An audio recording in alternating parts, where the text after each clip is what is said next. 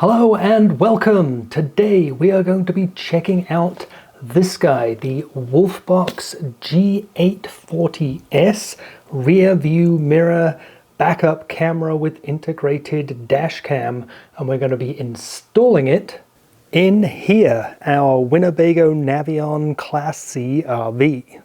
How easy is it to install? How will it perform? Well, stick around and let's find out together.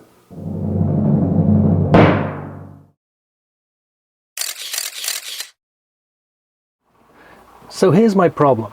My Class C RV is based on a Mercedes cab, and like most vehicles it has a rear view mirror installed in the cab.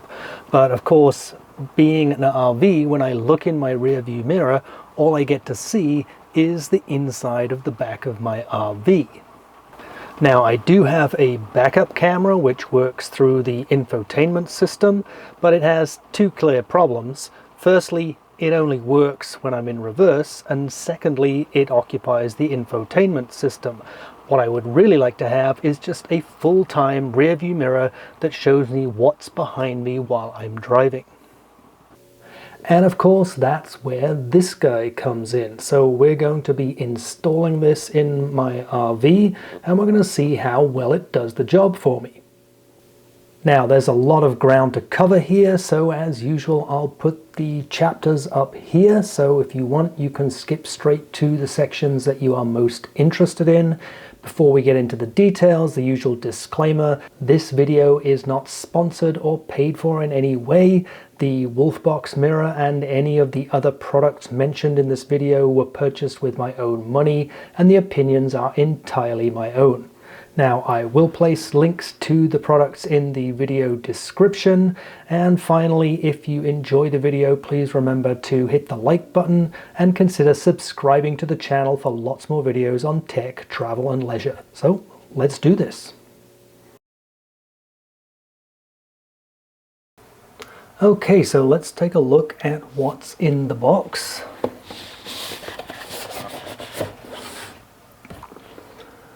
Okay, so inside we have, of course, the mirror itself, nicely packaged, very safe. And then we have a whole bunch of cables and other accessories. Okay, so here's our contents unpacked. As you can see, in addition to the mirror, we have the rear view camera, which is already connected to a connector cable. More on that later. We've got the power adapter, so plugs into your cigarette lighter. Also has a pass-through USB, that's kind of nice. And this end, of course, plugs into the mirror itself. There is a GPS module, more on that later on as well. We've got some mounting hardware, some rubber straps for mounting it to your existing rear view mirror, some cable management stuff here. We've got a sticky pad and some screws for mounting the rear view camera, cleaning cloth, and of course some instructions. And also we have this little tool here which is going to help you guide your cables through the various parts of trim on your car. So that's pretty much what's in the box. Now, this is the standard camera cable for the rear view camera that comes with the mirror. And I believe this is 20 feet long, which is going to be long enough for a standard car or a relatively compact car. But if you have a larger car, or in my case an RV, you're going to need one of these. So this is, they call it the extension cable. It's actually not an extension, it replaces this cable. And this particular one is 50 feet long. There is another version that is 33 feet long. I figured I'd go with the larger one. I'd rather end up with a little bit excess cable than not enough.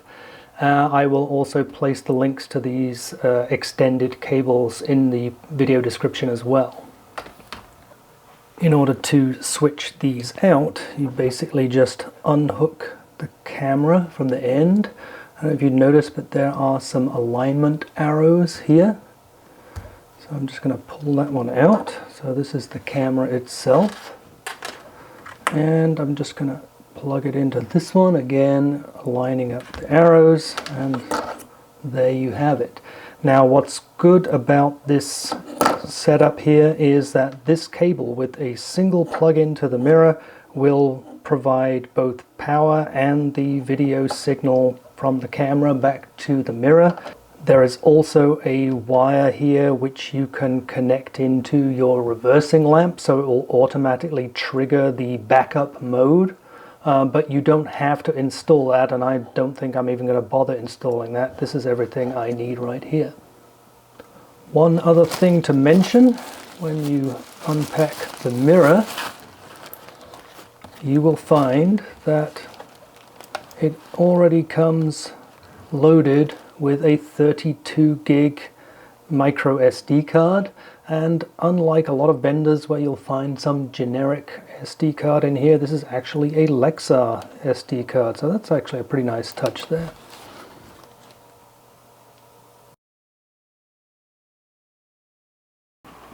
So let's start out by doing a rough install. And what I mean by that is I'm just going to get everything in place, wired up, and we're going to test things out to see if it works as expected. And once it's all running as expected, then we'll worry about running the cable through the trim and tidying things up. So let's start out by securing the mirror to the existing rear view mirror. Now in the Sprinter, it is a pretty small rear view mirror, so I'm going to use the smaller of the two securing straps that they supplied, and let's see if we can get that on there. Okay, so let's secure that one and that one. And that was easy. So we have the mirror now in place. The next thing we're going to do is plug in our various cables into it. Now, just looking at it without anything plugged into it, without anything turned on, one thing I notice immediately is it's quite a bit bigger than the original mirror. So it actually gives me, even just as a mirror, a wider view of the back of the RV. So already one improvement. Okay, we have all the cables attached. I've got the GPS attached here, which is down there on the dash. I have the rear view camera attached here, which currently is right behind me, just facing backwards in the coach. As you can probably see, it's raining outside, so I don't particularly want to get too wet. And I've got the power cable plugged in to a cigarette lighter adapter down here, and this particular one operates only when the ignition is on, which is exactly what I want because I don't want it draining my battery when we're not using it.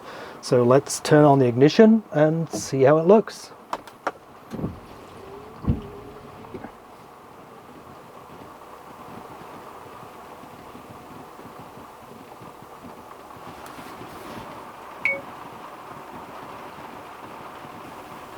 Okay, everything checks out. I guess now the only thing to do is wait for the rain to stop, and then we'll get the rear view camera mounted outside and check it out for real.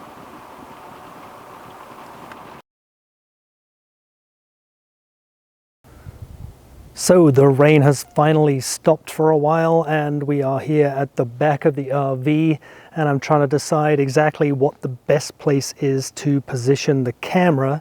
Now, I don't know if you can see it, I'll show you a close-up, but my backup camera that was part of the RV is right up here at the top, which is great for backing up.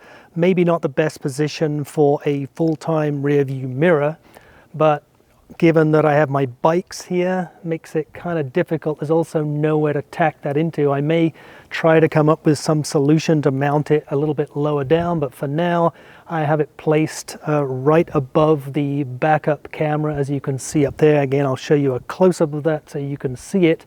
Obviously I haven't tucked away the wires yet. That's still probably the last job to be done. But let's now go inside and see what that looks like. Okay, we have the rear view camera in place as you saw, and now let's fire it up and see what it looks like in a real world situation. So as you can see, it starts up fairly quickly, and it goes to the default view, which is the rear view camera. As you can see, I was playing around with the positioning a little bit. You can see the screen here. I can actually move it up and down. You can see one of my bikes on the bike rack on the back there, or I can look into the distance. I might adjust this a little bit more to get the best possible angle. Now you can see also on the screen I've got my GPS module plugged in, so it's showing me my current speed and direction. You can see in the upper left here that it is recording, so as soon as you power up it automatically starts loop recording as long as you're running, and I'm guessing that's recording both rear and front facing cameras. You've got your time and date over here, which obviously you can set in the settings menu. Now you can simply swipe to go to the front facing camera. Now in my case it's a little bit difficult. You see if I scroll up, you see I've got this ugly panel in the way. This houses the camera for the Mercedes Sprinter in here. So there's not really a lot I can do about that, but I still get a pretty decent view here. But this is a view that really I don't need. Good to know that it's recording this if something happens, but obviously I can see out of the window. I don't need this view here. Similarly, I've got a split view, so you've got the complete more or less 16 by 9 front-facing image and rear-facing image here in a split view. But to be honest, this is the view I will have pretty much the whole time in my mirror. Now, if you tap on the screen, you'll see there's a number of options here. You can take a picture if you see something.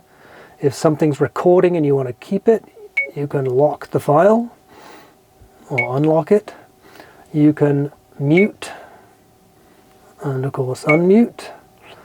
You can adjust the brightness. I'm going to leave it on the maximum. This button does the same as swiping, so toggles between the different camera views. And you'll see there's a couple of others grayed out here. There's one for playing back files and one for accessing settings. In order to access these, you have to stop the recording, and you can play back files or access the settings. Pretty much self-explanatory. Good to know that you can flip the rear image or put it upside down, depending on how you have to position and attach your camera, you can get it to look like a real mirror.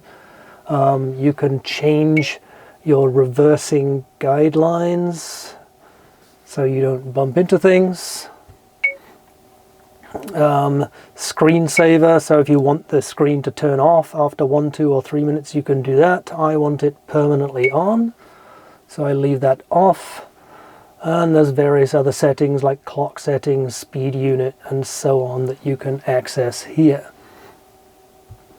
And that's pretty much it. So it looks pretty nice. It's very visible. I'll have to wait and see what it's like in bright sunlight, but right now it looks pretty good. I've yet to see what it's going to look like in the real world driving on the road. Maybe I'll post an update on that when I have the chance to venture out with it.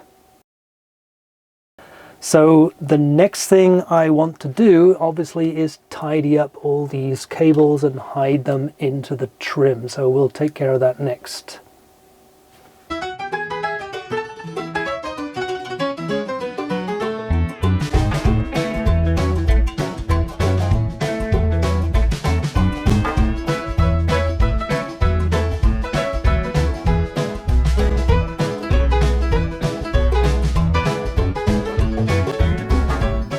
So there you have it, our nice clean installation.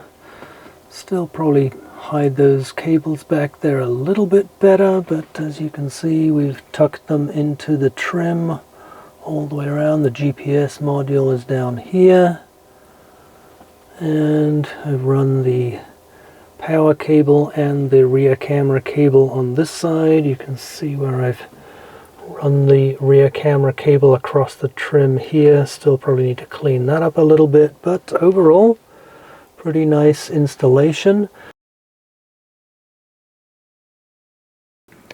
And there's one last thing to do here. I've got to clean up this cable.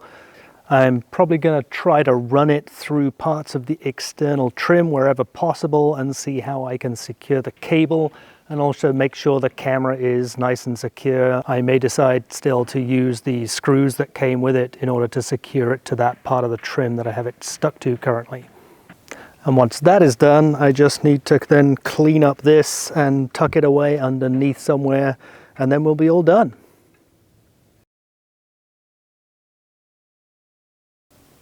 So our installation is complete, and I have to say, so far so good. I am really impressed with the product. The quality seems to be really good, and frankly the installation could not have been any simpler. Now, if you're up for a little bit more complex installation, you can hardwire the mirror into your vehicle. There is a hardwire kit available, and I'll link to that in the description also. And what that allows you to do is to continue recording through the cameras even when the ignition is off. I believe it goes into a time-lapse type recording mode in that situation. As I mentioned earlier in the video, you can also take that red wire and you can plug that into your reversing light, and what that will do is when you put it in reverse, it will automatically bring up the reversing guise if that's something that you find useful. Now, I'm not planning any trips in the next few days, but when I do venture out, I'll be sure to record some additional information and give you some updates on how the mirror is performing. So consider subscribing to the channel, and if you hit the notifications button, you'll also get a video of when that video or any other related videos post. So that concludes our video, and thank you for watching.